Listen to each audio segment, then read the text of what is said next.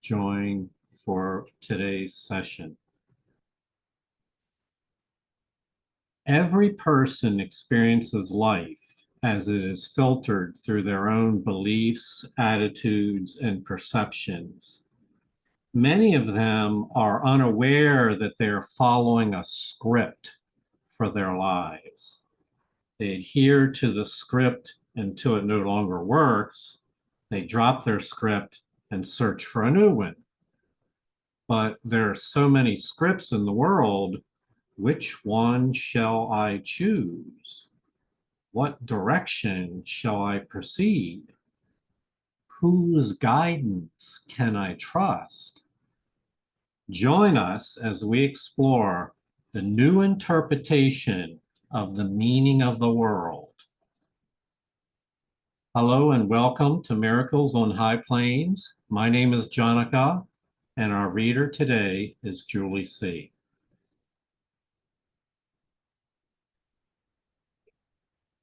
Would God have left the meaning of the world to your interpretation? If he had, it has no meaning. For it cannot be that meaning changes constantly, and yet it is true. The Holy Spirit looks upon the world as with one purpose, changelessly established, and no situation can affect its aim, but must be in accord with it. For only if its aim could change with every situation, could each one be open to interpretation, which is different every time you think of it. You add an element into the script you write for every minute in the day, and all that happens now means something else. You take away another element, and every meaning shifts accordingly. Mm-hmm. So we have a major contrast here with respect to one of the most often asked questions: what is the meaning of life? What is the meaning of the world? And the contrast is between what part of yourself do you ask that question? If you turn to your higher self, your God-related self, that would be the proper way of looking. But most often, people turn to their life experiences, to the script as they've lived it out in their past. And this is also formulated by their culture, the era they live in, their family system of origin, perhaps the religious teachings that they were exposed to. So you get a wide variety of answers to the same question: what is the meaning of life? The meaning of this life?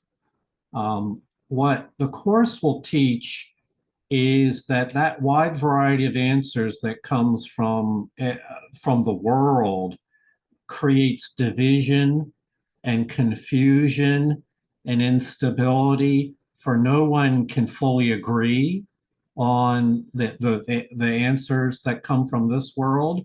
And not only can they not agree, but the meaning of life as described by the world, people keep changing it because it kind of, whatever meaning they give to it, it wears out. And then they have to go look for a new one. And that creates unstable perception. And so what the Course intends to do, and what is the goal of this reading today, is to offer an interpretation of the meaning of the world, which is congruent, consistent with the laws of God, and which everyone can share in and benefit from. Everyone is honored and respected. And thus you have a meaning that is stable and lasting.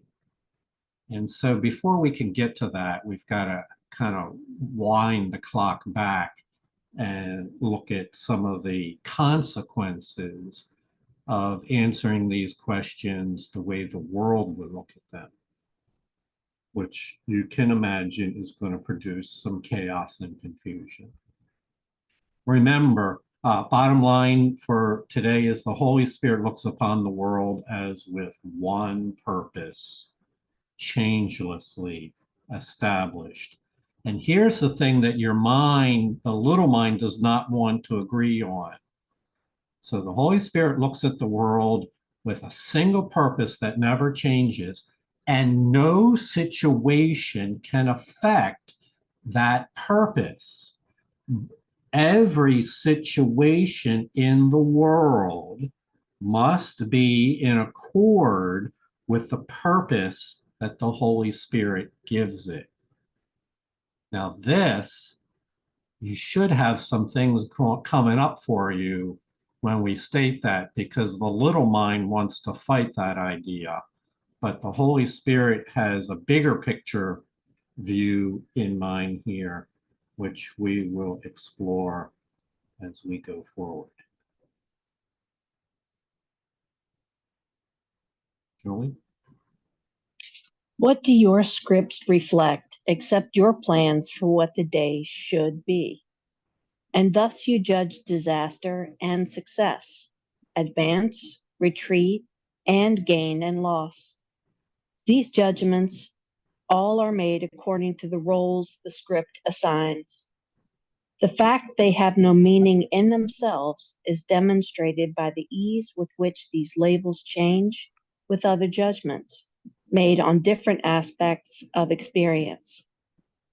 And then, in looking back, you think you see another meaning in what went before. What have you really done except to show there was no meaning there? But you assigned a meaning in the light of goals that change, with every meaning shifting as they change. So the concept here is, without it being stated quite this way, is when you look to your little self for a sense of purpose, it's founded on an unstable a set of assumptions, and therefore being unstable constantly change. And if something constantly changes, you can't really trust it, because you know it's not around for very long. And so there's a nod to, in the beginning of chapter 30, the rules for decision, about beginning your day by asking yourself, what kind of day do I want to have now? What do your scripts reflect, except for your little plans for what the day should be? We're learning to ask for help with that question rather than to decide by ourselves and alone. And so, unstable sense of purpose and meaning is the rule of the world.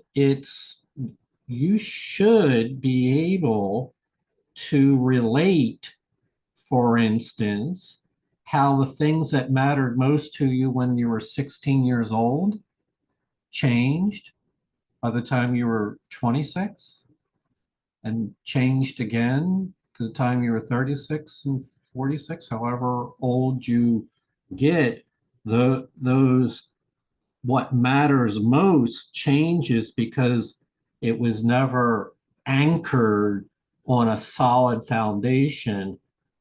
The Course teaches that is a fact that those judgments had no meaning in themselves, and that's why they're so easy to change.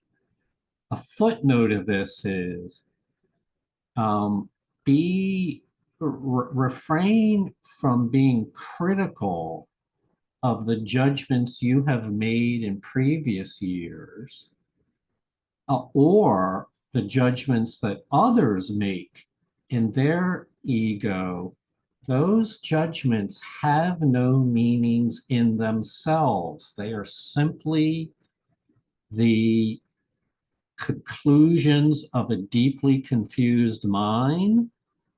And so we learn, this is what forgiveness is all about, is learning to recognize that the judgments in themselves are not the focal point, but the focal point instead is the essence of the individual, their soul.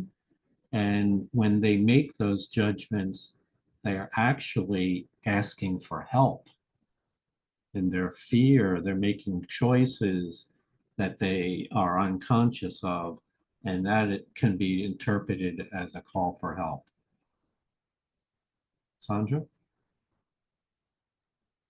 Yes, and the book suggests that when we wake up in the morning, we immediately ask Holy Spirit, what would you have me do? Where would you have me go? What would you have me say? And to whom? So immediately putting our day into Holy Spirit's hands. I'm complete. Yeah, and that is so important because it starts you in the right direction. The details, you may have to renew that question during the day, as we know. I find I kind of need to ask it every hour because that's about I'm on an hour by hour basis here. Um, because there may be broad goals that govern the entire day, but for me, I guess I'm more short-term oriented. I need a renewal with it. But the key thing is that we're orienting, as Sandra said, orienting towards the Holy Spirit's guidance in the beginning of your day. And then it makes it that much easier to do a renewal, a restorative during the day if you find yourself getting, as I oftentimes do, find yourself getting lost in your own stuff. Susie?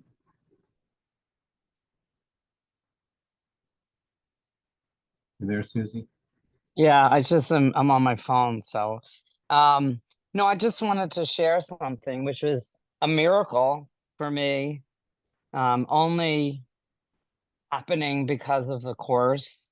Um, I'm away and I'm playing golf with people that I mean, just the fact that I'm even playing golf is a miracle and not feeling judged and just feeling peaceful is amazing, and I'm so grateful to this course. But like, yeah, so we had a guy join us that we didn't know. He was just our fourth, and oh my God, in the past that would have freaked me out. Like what was I going to look like and all that. I didn't have any of those thoughts though. But after the ninth hole, my little self was feeling a bit like, maybe I should stop and let everybody else go forward. I'm holding everybody up and, all this stuff, these stories I tell myself. And I just sat still and quiet.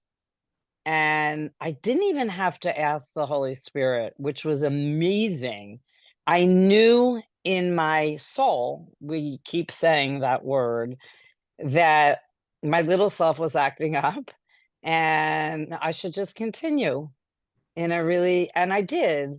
And it was the most wonderful day, peaceful, wonderful, met a new friend, an entirely different experience than I would have had without this course. I wouldn't have even had the experience. But it's, we're talking about just restoratives and where would you have me go? And, it just was, it was like it was a part of me. Like I couldn't stop. It was like, no, that's my small self that just wants to stop. I can rise above that. And I just wanted to share that because it's such a miracle for me. I see it all so differently, and it's freedom, complete freedom. And I'm really, really, really grateful. And that's it. Thank you. And one of the keys for me in what Susie just shared is she stopped and she paused and went within. We call it a reset.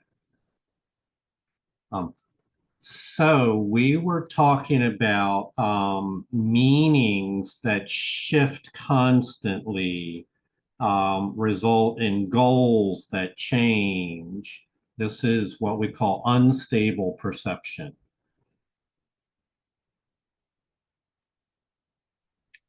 Only a constant purpose can endow events with stable meaning. but it must accord one meaning to them all. If they are given different meanings, it must be that they reflect but different purposes. And this is all the meaning that they have. Can this be meaning? Can confusion be what meaning means? Perception cannot be in constant flux and make allowance for stability of meaning anywhere. Fear is a judgment never justified. Its presence has no meaning but to show you wrote a fearful script and are afraid accordingly, but not because the thing you fear has fearful meaning in itself. So the contrast here is between meaning constantly in flux and a stable meaning. So let's begin with meaning constantly in flux. Everybody here has years of experience in a mind. An untrained mind is by definition constantly in flux. It's on an unsound foundation. It may have moments of pause and tranquility, but an untrained mind will quickly then, time and space will close in on it, and you go back to worry and anxiety and fear and trepidation. And thus going back and forth between having a moment of a glimpse of hope and then losing that and entering back into hopelessness or faithlessness, loss of faith. This is, most people would tell you, I thought everybody does that. This is the way. People take medications in order to come down off of those wide swings. What the Holy Spirit offers is constancy. And so this is very different than what our minds are used to. It's constant throughout the stack. What do we mean? It's a constant sense of purpose, a constant guidance, a constant meaning, a constant sense of who you are, why you are here, and what your function are. All those things remain stable and constant under the Holy Spirit's guidance.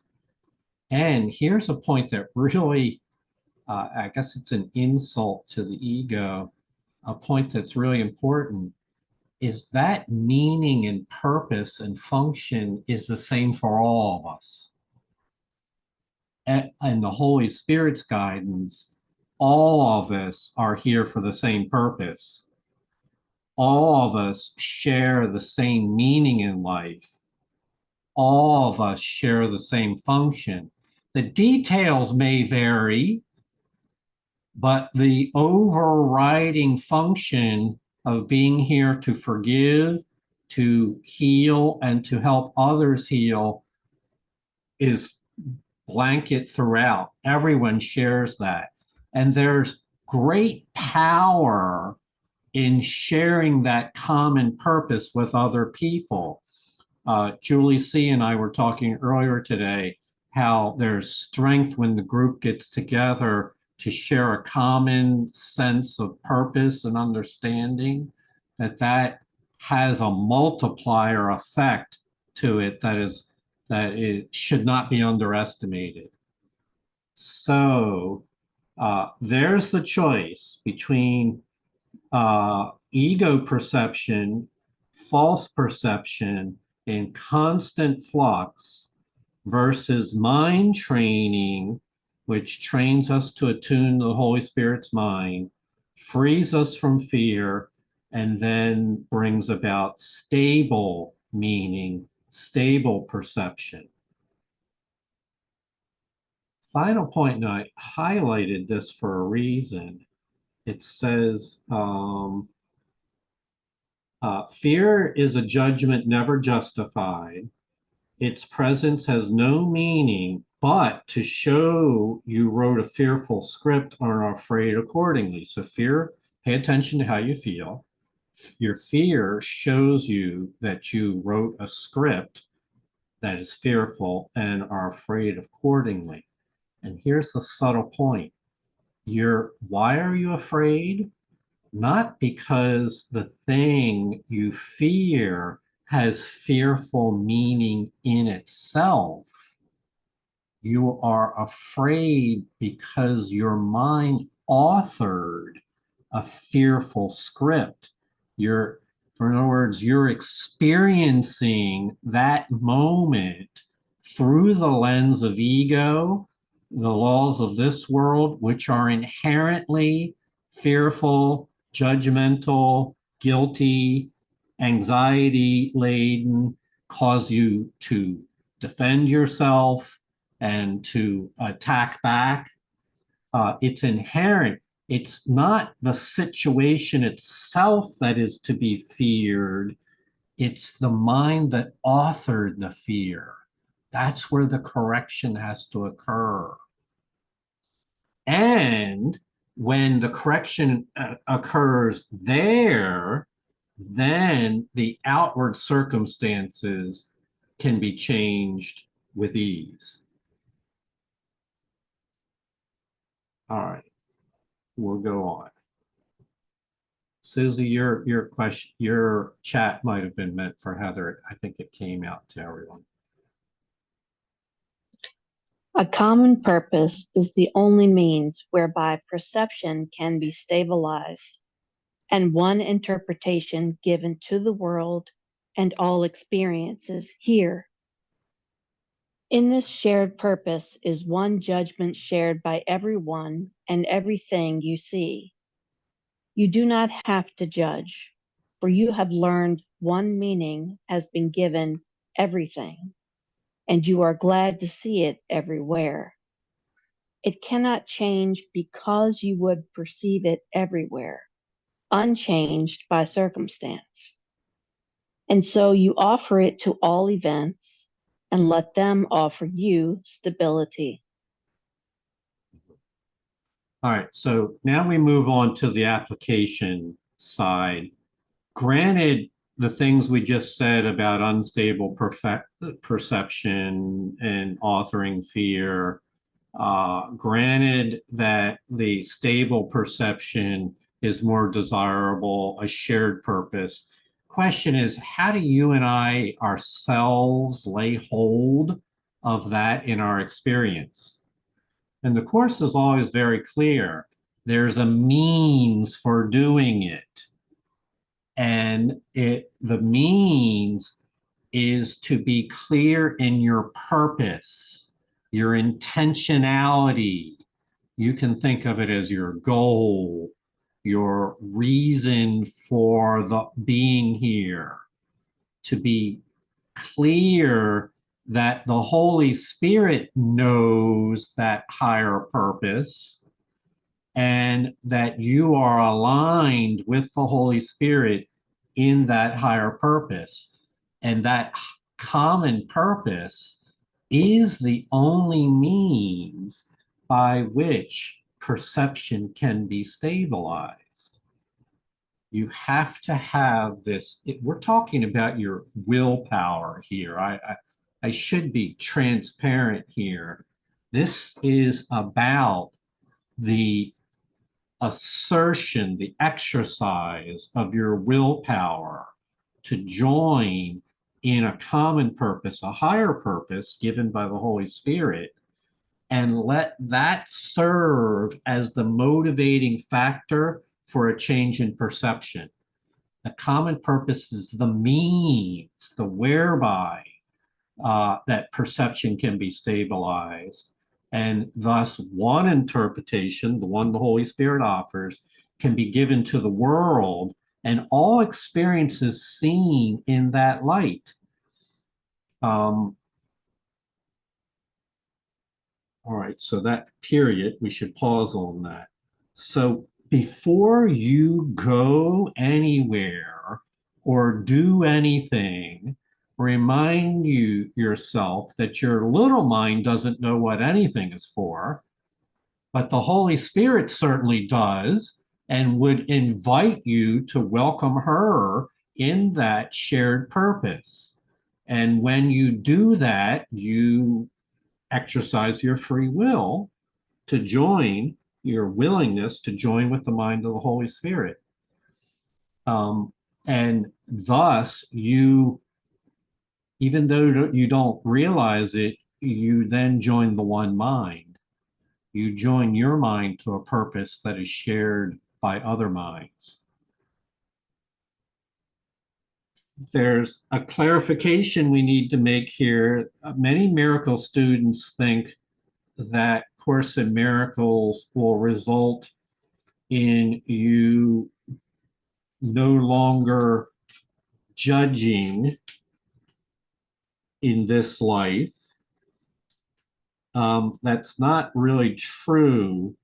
It frees you of ego judgment and replaces it with the Holy Spirit's judgment. So we go from fearful judgment to holy judgment. As it says here, in this one shared purpose is the one judgment of the Holy Spirit shared by everyone and everything you see. So now little you no longer has to judge. That's not your function. The judgment's already been made by the Holy Spirit. You just share in that judgment. You might not realize it, but this is a tremendous weight taken off of our shoulders of having to decide by ourselves what would be best in any situation. You don't have to judge, for the Holy Spirit has already judged. All you have to do is join with the Holy Spirit in that shared purpose, which again is an interpretation given to the world so that everyone might share in it. It's taking the weight of the world, judging the world off your shoulders, and so to speak, handing it over, transferring it into the hands of the divine mind, to let divine mind be your guide and your judge for why are you here? Who are you? Where are you to go? What are you to do? Can you see how that lightens your load? Sandra? Yeah, and I like to embrace the only judgment, which is the Holy Spirit's judgment, which I can do, is to say that I'm innocent and so are you. The world is innocent. Father, forgive them. They know not what they do. Yes, that is the Holy Spirit's judgment, that she sees us all as innocent already. There's nothing you need to do to become innocent. You were created innocent.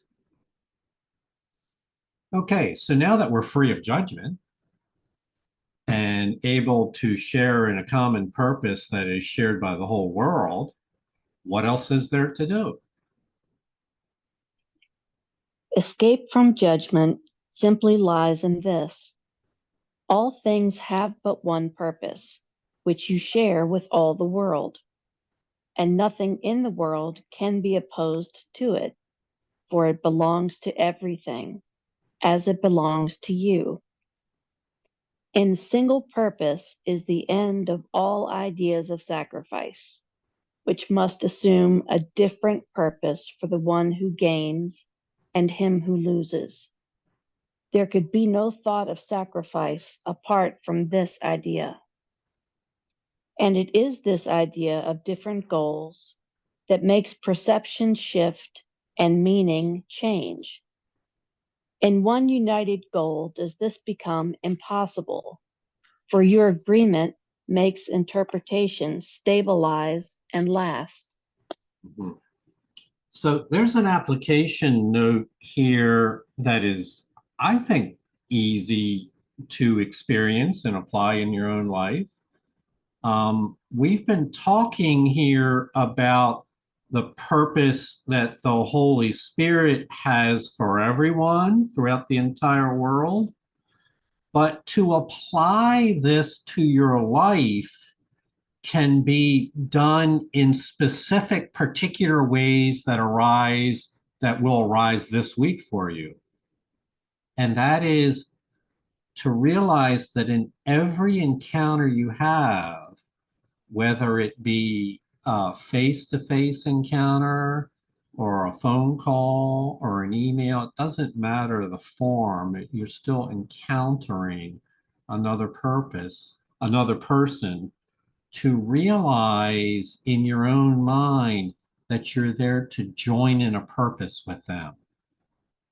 That while the form of that may not be clear in advance, but you're there to do something together. There's some form of interaction where both of you can agree that's what we're going to do.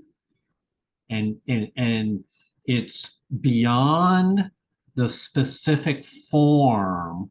It's the intentionality to use the power of your mind, your willpower, to unite temporarily with another person in some endeavor. And whatever field you work in, if for those of you that work, you can find opportunities for there. In whatever environment networks you socialize in, you can find opportunities there. They will cross your path whether you're looking for them or not. The question really remains, will you remember that this is an opportunity to join and unite with a person in a common purpose? That's everything hinges upon that remembering. And if you intend that to be, it is helpful to take a pause to say, Holy Spirit, guide me. What shall you have me say? What will you have me do, and to whom? It's helpful to remember that, but the exact words aren't where in the intentionality to allow yourself to be guided by the Holy Spirit is what matters most. And in this way, you set yourself upon a direction to join with the other person, to work with them towards some goal. It could be a very short-term goal. I illustrated the simplicity of holding the door for somebody as you go in is really joining temporarily with that person to get in the building. It's a simple form and maybe too trivial for some, but it illustrates how these things are happening all the time in many kind of levels. There are, of course, more sustained and more encompassing forms that sharing a purpose can take. But as we read a moment ago, the meaning is not in the details of the experience itself. It's in how you show up, what you bring to it. That's where the meaning is found. Atisha? Yeah, I just had a powerful experience with this a couple of weeks ago. My elderly uncle, who was in West Palm Beach, had just gotten out of the hospital, and my kids at the same time here were going off for a week at camp. And I just got this overwhelming feeling that I needed to go down there. I just needed to go. He has caregivers, but I just couldn't shake this feeling. And my lower self had planned on just a nice time at home without the kids, to also get things done. But I just couldn't shake it. So I booked a ticket and went. And within a couple of days, he was back in the hospital with a doctor saying that he qualifies for hospice care and he probably has 6 months or less to live. And the coming together of myself with his caregivers and another family member to just completely change his room, get him on hospice care, basically just rearrange his life for the end of his life. It was it was really remarkable and profound. And I just saw myself just like another piece of the puzzle to allow the end of his life to be as smooth and comfortable as possible. And so that whole idea of a purpose wasn't lost on me. And I realized too that it's not always going to be this one solid sort of monumental purpose. But as you're saying, like, it can shift and change, but it's how I show up. Wow, thank you for sharing that. That's really profound. And really illustrates how being open to that. So Atisha had other plans for that week, but was had heard the call within to get down to see her uncle. When we put ourselves in those situations where we join together with another, the deeper, profound meaning of why we're here starts to come through and be more obvious. Life becomes more blessed because you feel like this matters. This is really meaningful. I was right where I needed to be.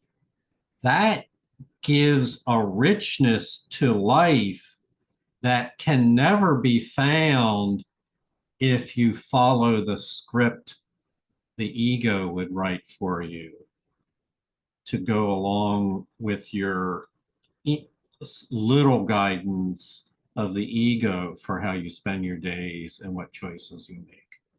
So it really is what we're talking about is the path to a happy life.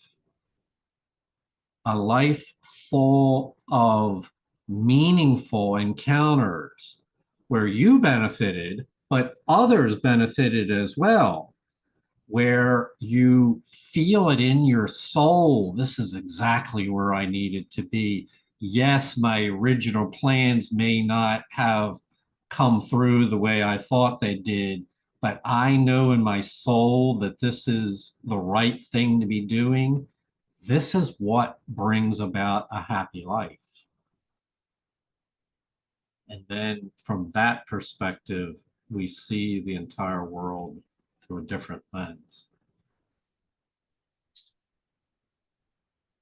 How can communication really be established while the symbols that are used mean different things? The Holy Spirit's goal gives one interpretation, meaningful to you and to your brother. Thus can you communicate with him and he with you. In symbols that you both can understand, the sacrifice of meaning is undone. All sacrifice entails the loss of your ability to see relationships among events. And looked at separately, they have no meaning. For there is no light by which they can be seen and understood. They have no purpose. And what they are for cannot be seen. In any thought of loss, there is no meaning. No one has agreed with you on what it means. It is part of a distorted script which cannot be interpreted with meaning. It must be forever unintelligible. This is not communication. Your dark dreams are but the senseless, isolated scripts you write in sleep. Look not to separate dreams from meaning. Only dreams of pardon can be shared. They mean the same to both of you. Wow, that really describes the ego's little world very well. A series of senseless, isolated scripts with no meaning and no purpose, no cohesion, no rhyme or reason, all just event after event after event. What does it all mean? And this actually in another part of the course, talks about the mind gets boggled by it all, a little overwhelmed. And many people come to say, what is the meaning of life? I'm just going through all these experiences that seem to make no sense and have no purpose.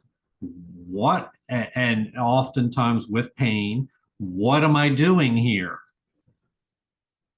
You know what I'm talking about. And so, what is the cause? How did that happen? Because of the law, there's an ability that you have that is buried underneath the clouds of darkness of the ego. And so we lose this ability, but you can regain it. And the ability is to see the interconnected relationship amongst the events, to see within your own life experiences how healing and forgiveness and helpfulness, a shared purpose, interconnects the events of your life, where there is a broader, what we would call it a meta perspective or a meta theme that covers all of them. That ability to see that in your life is lost under the ego's destable confusion and chaos. But it need not be that way if you orient yourselves, as Sandra said in the beginning of your day. What would you have me do and go and say and to whom? If you orient yourself in that direction, gradually over time, you start to see familiar, you witness is the word in the course, to common threads that show up, like so and this person and I got together, and as a result, we both walked away feeling satisfied, mission accomplished, happiness, and that they or a person comes to you hurting and in pain and in confusion, and you're able to be with them and affirm their higher self to them, and they walk away feeling better and hopeful, their faith renewed once again. You start to see a pattern to the events in your life that share a common purpose. This leads to happiness.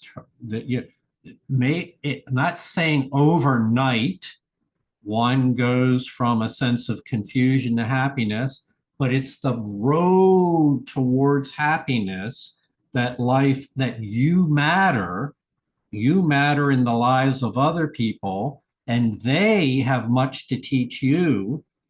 And together we can free ourselves from this hopelessness and faithlessness that the ego promotes. Noel? I had an experience today as a result of asking Holy Spirit. It's not as powerful and dramatic as Atisha's, but a little background. I have this wonderful friend in my building, and we haven't kept in touch for a couple of months. Before, we were always texting back and forth, and we would get together quite regularly. And I felt more and more guilty about it. And as the more time went on, the worse I felt. And I thought to myself, well, what should I do? In other words, I not only thought to myself, but I asked. And an email of mea culpa came to me. And I kind of took notes about it, but I hesitated to do it as if I were rationalizing why I haven't been in touch. And I kept asking, and the answer I kept getting was, wait wait, wait, you will meet her. And I recognized that that's really what I wanted to do, was to run into her, like in the lobby, which we had occasionally, so-called by accident. Well, today, pulling up to the driveway of the entrance, I saw her walking out towards her car.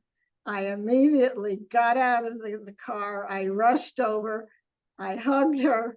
She hugged back. I kind of blurted out, "Please forgive me." She said, "No, no, no. I know you're busy. I know you have all these Zooms." And so she said, "Just text me whenever." And I said, "This week we'll get together." So it was, it's like part of me, I was so grateful, first of all, that she responded the way she did. And second, part of me recognized that that thought, "you will run into her," I was whatever you want to call it, pre-manifesting the outcome that felt the best. Mhm. So it really, as Sandra has reminded us, what do you want me to do? And listen, just listen and obey. Lovely. I couldn't help but notice one of the things that in Noel, the story she just shared, as well as Atisha, both of them had a plan of their own. And then they heard an inner guidance that resulted, that they followed the inner guidance. And then the outcome came as it did. This is often the case. And I think that leads directly into the next paragraph. Just one last thing, Jonica. What you were saying about this week, you will recognize your real purpose. Well, I really thank you for that reminder, because that's how I'm going to approach the next visit with her this week. Yes. Yes. Yeah. Susie and I have talked about this before in the meetings and elsewhere, that many times, like you agree to get together for coffee with somebody, and on one level, you're just going to catch up and have coffee. But on another level, there's a soul-to-soul encounter that we don't know the details of in advance. But if we're open to be encountered that way, then that's our intention. That gives it a meaning, a meeting of purpose. And so continue on that theme of having your own plan and then catching the Holy Spirit's guidance. Do not interpret out of solitude, for what you see means nothing.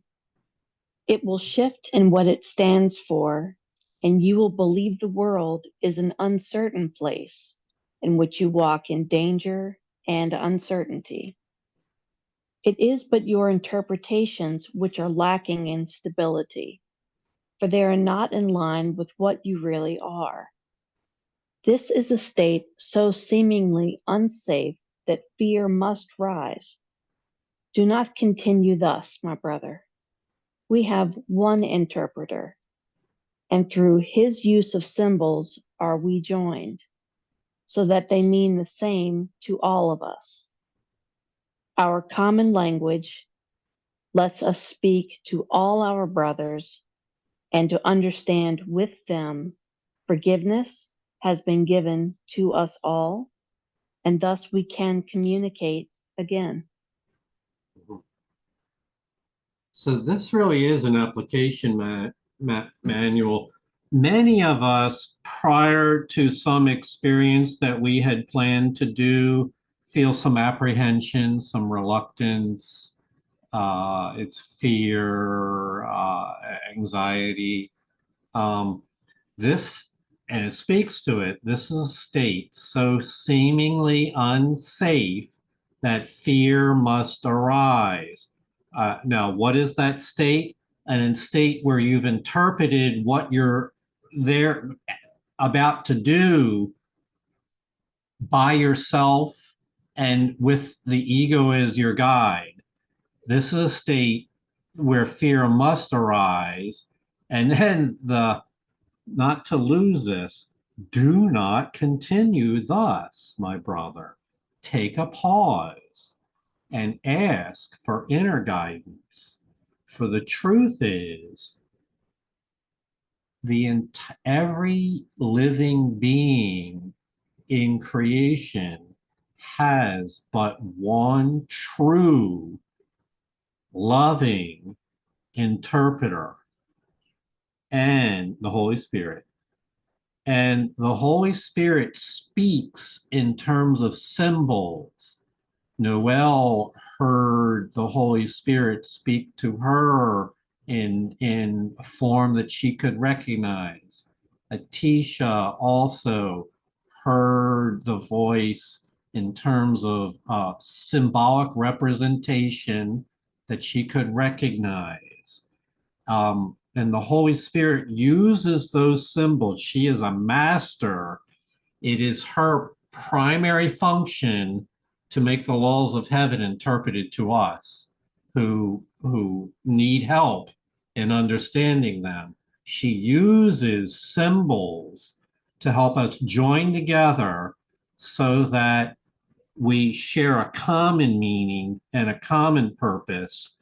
Ultimately, this is now pointing the way towards the higher stages where we consistently practice being guided by the Holy Spirit, consistently listen and follow, that develops out of that a common language for a shared purpose and shared meanings, wind up sharing symbols and ideas together. When, for example, when you do the workbook lessons, we're all sharing the same ideas. It's a common language. It's a shared purpose with a shared meaning, not separate meaning. That common language lets us connect together as brothers and sisters and with understanding and forgiveness. And thus, you can now, quote in quotes, communicate once again. This form of communication, I'll remind you, there are 7 different levels of spiritual communication. It's not all done with your throat, passing air through your throat. That's one form. Yes, that's one form. And or with writing, that's similar, using language to communicate. But communication from soul to soul happens in many different forms. Sometimes you can say a great deal without ever speaking a word. You can communicate your love, your caring, your attention, your willingness to be helpful to someone in some occasions without ever saying a word. So the Holy Spirit has this entire curriculum mapped out from the beginning of your journey to the end. She helps us move forward one step at a time. And that your next step will be taken when you turn for guidance to the Holy Spirit before your next situation. Susie, I think it was, yeah, she said she was on the golf course and fear started to arise. She was thinking, I'm gonna go home and let them go the rest of the way. She took a time out. She took a pause. And in this case, she knew, even without words, that it was okay to move forward. She said she had a great time. That willingness to turn to the Holy Spirit as the essence, there's no way that one can make progress in this program without exercising that willingness on a regular basis. And if it's unfamiliar to you, then the workbook lessons will teach you how to make it familiar. So I had a summary. Since we had another few minutes, I thought we'd cover a summary. Noel? Following from what you just said, I think it took a lot of courage too for Susie to turn around and go back to play. So it's like acting in spite of the fear, in the face of the fear. And that's even double willingness and double trust in the Holy Spirit. It is. It is. Said another way, it takes great courage, having started out in one direction, to stop and turn and go the other direction. The ego does not like that. The ego would have you continue to go down the rabbit hole of fear once you've started there. I'm just looking, I have these supplemental slides that I've put together. I don't know that this is helpful right now. You got the idea. There's the old interpretations of the ego, and there's the new interpretation of the Holy Spirit, and they are qualitatively different in every attribute that you can consider, including the sense of giving purpose to your life and giving a new purpose to the experiences that you're going to have this week will be seen with through a new lens of purpose if you allow the Holy Spirit to guide and interpret those things for you.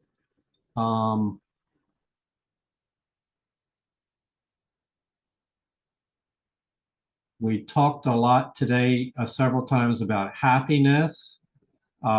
Forgiveness clears the way for happiness, and is the key to a world that seems to make no sense. It clears all that chaos and confusion away and gives meaning to a world. You can only be happy in a meaningful world. You cannot be happy in nihilism, in a sense of there's no reason for me to be here. That belief conflicts with the state of happiness. And I am kind of just wandering through words here, so I think we'll just, there is a higher level here that isn't necessary that you fully appreciate right now. We spoke today about the meaning of your life, about the meaning of your life in this world. What am I doing here? And we also spoke about it in a context of having a shared purpose with everyone else. So really, it's not just the meaning of your life, it's the meaning of all life, which translated is the meaning of all creation. Said another way, it's always easier to start from the Creator's plan first and work your way backward. The Creator has a great purpose in mind with creation, and it's unfolding in time. And this purpose binds us all together. We are all participating in this great purpose. So it's a shared purpose throughout the entire sonship. our little minds don't understand something that could be shared throughout all of creation. Meaning is understood when you appreciate your place within the entire sonship and the place the sonship has within God.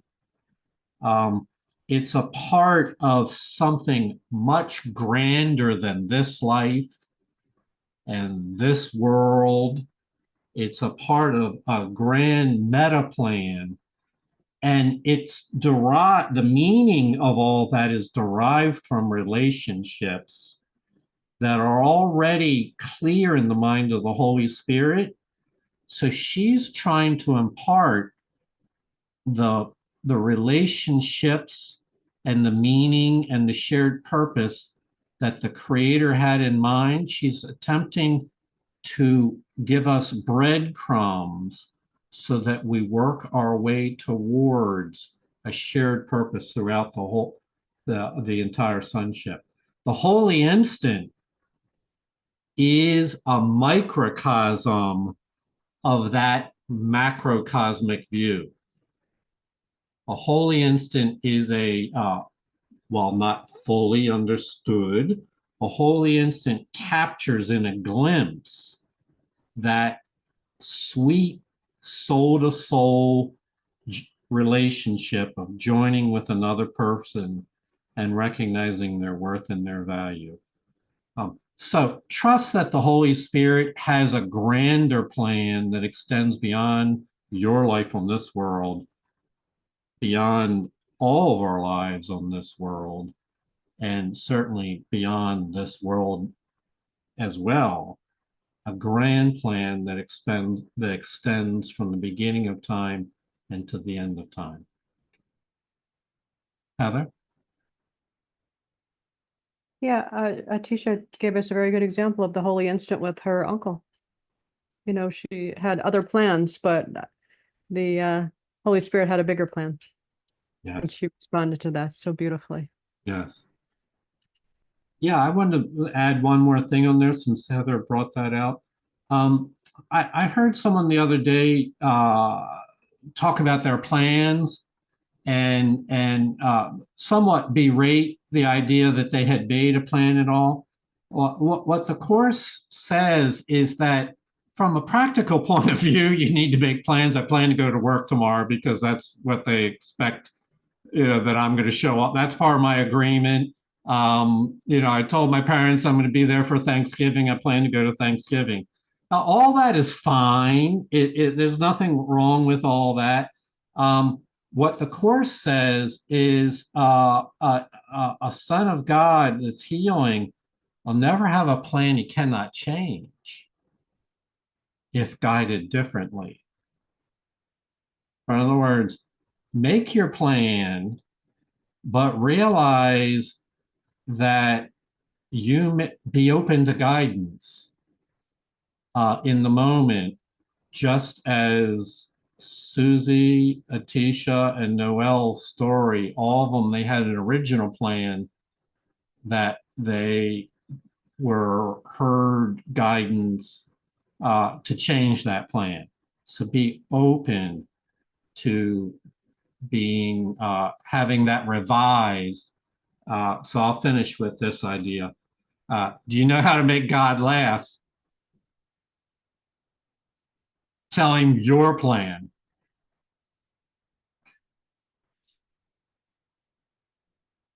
All right, so I better end it on that before I tell any more bad jokes.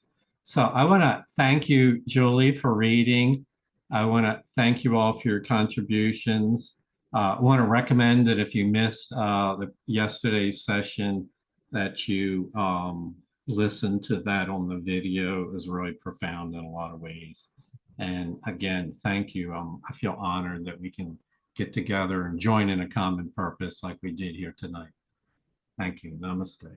Thank you. Namaste. Namaste. Thank you, Thank Julie. you, everyone. Namaste. You're welcome. Thanks, everybody. Thanks, Julie, Julie. Good night. thanks, Taka. Everyone. Thanks, You're everyone. welcome. Thank Thank you. you. Good night. Peace and love.